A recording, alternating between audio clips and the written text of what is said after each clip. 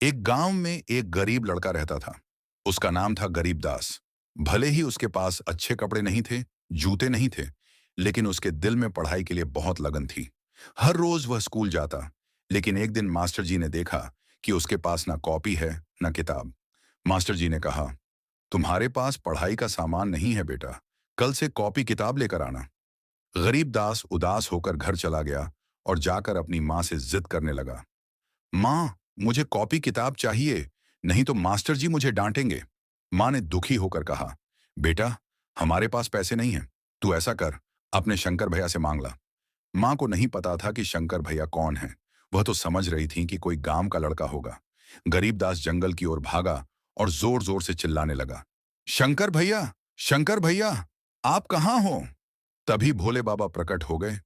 उन्होंने मुस्कुराकर कहा, बोलो बच्चा, क्या चाहिए? गरीबदास ने हाथ जोड़कर कहा, मुझे कॉपी और किताब चाहिए बाबा। भोले बाबा ने उसे आशीर्वाद दिया और एक कॉपी और किताब दे दी। गरीबदास खुशी खुशी स्कूल चला गया। अगले दिन मास्टर जी ने घोषणा की, कल स्कूल में पिकनिक है, हर बच्चा अपने घर से दूध लेकर आएगा। गरीबदास फिर से उदास हो गया। वह घर गया और माँ से कहने लगा, माँ, मुझे भी दूध चाहिए। माँ ने फिर कहा, जा अपने शंकर भैया से मांग ला। वह फिर से जंगल गया और पहले की तरह पुकारने लगा, शंकर भैया, शंकर भैया, आप कहाँ हो? भोले बाबा फिर से प्रकट हुए। इस बार उन्होंने उसे एक छोटा सा लौटा दिया और उसमें दूध भर दिया। अगले दिन गरीबदास वह लौटा लेकर स्कूल पहुंचा। सभी बच्चों ने अपने दूध मास्टर जी को दिए।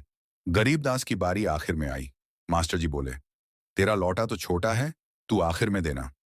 लेकिन जैसे ही गरीबदास ने अपना लौटा दिया, मास्टर जी उसमें से दूध निकालते गए और निकालते गए, लेकिन दूध खत्म ही नहीं हो रहा था।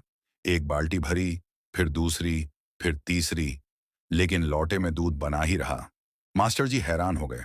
उन्होंने पूछा, बेटा, ये दूध कहाँ से लाया तू? गरीबदास बोला, मैं तो अपने शंकर भैया से लाया हूं। किसी को यकीन नहीं हुआ। सब सोचने लगे, शंकर भैया कौन है? गरीबदास ने कहा, चलो, मैं दिखाता हूं। वह मास्टर जी और सभी बच्चों को लेकर फिर से जंगल गया और जोर जोर से चिल्लाने लगा, शंकर भैया, शंकर भैया, आप कहाँ हो? तभी पूरे जंगल में धूप चमकने लगी, घंटे बजने लगे और भोले बाबा प्रकट हो गए। सभी लोग नतमस्तक हो गए। मास्टर जी भी झुक गए और बोले, वाकई ये कोई साधारण बच्चा नहीं है। तभी वह छोटा सा गरीब दास रोने लगा और बोला, पर किसी ने मेरा चैनल लाइक और सब्सक्राइब नहीं किया।